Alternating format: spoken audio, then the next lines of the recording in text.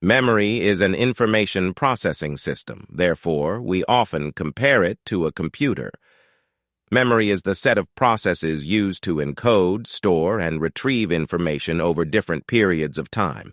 Figure 8.2. A diagram shows 3 boxes, placed in a row from left to right, respectively titled Encoding, Storage, and Retrieval.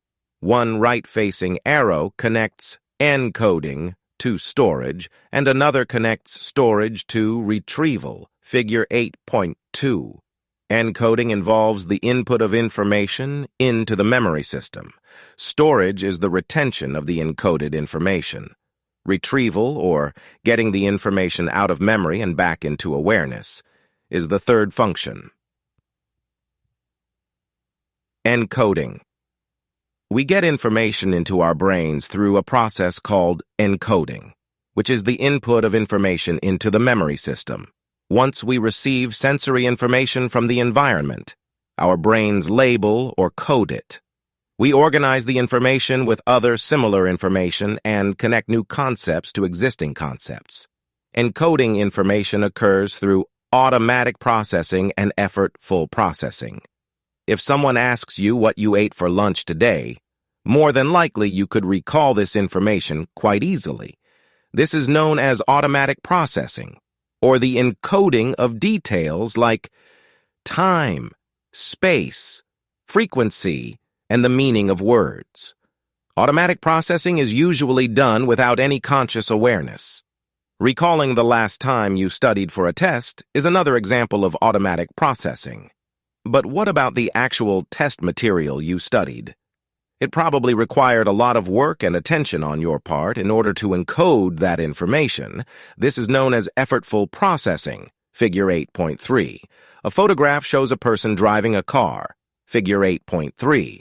When you first learn new skills, such as driving a car, you have to put forth effort and attention to encode information about how to start a car, how to brake, how to handle a turn, and so on.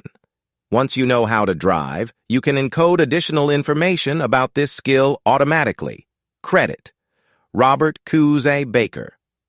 What are the most effective ways to ensure that important memories are well encoded? Even a simple sentence is easier to recall when it is meaningful. Anderson, 1984. Read the following sentences. Bransford and McCarroll, 1974.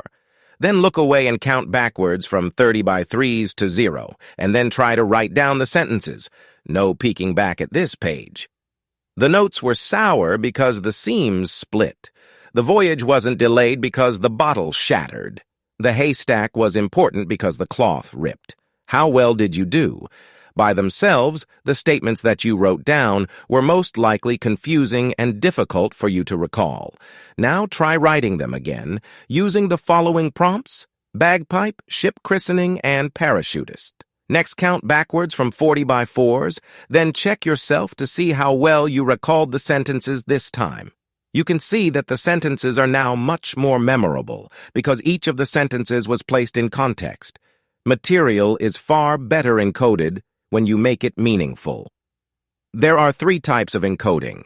The encoding of words and their meaning is known as semantic encoding. It was first demonstrated by William Bousfield, 1935, in an experiment in which he asked people to memorize words. The 60 words were actually divided into 4 categories of meaning, although the participants did not know this because the words were randomly presented. When they were asked to remember the words, they tended to recall them in categories, showing that they paid attention to the meanings of the words as they learned them.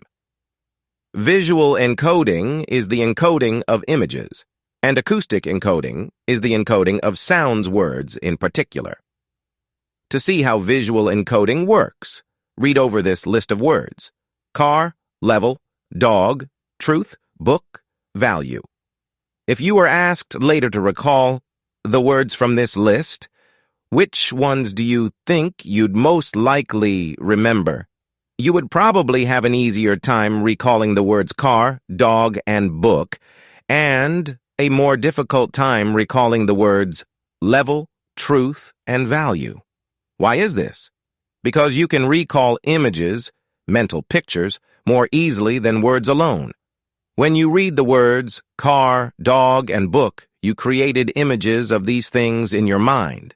These are concrete, high imagery words. On the other hand, abstract words like level, truth, and value are low imagery words. High imagery words are encoded both visually and semantically. Pavio, 1986, thus building a stronger memory. Now let's turn our attention to acoustic encoding. You are driving in your car and a song comes on the radio that you haven't heard in at least 10 years, but you sing along, recalling every word. In the United States, children often learn the alphabet through song, and they learn the number of days in each month through rhyme. 30 days hath September, April, June, and November. All the rest have 31, save February, with 28 days clear.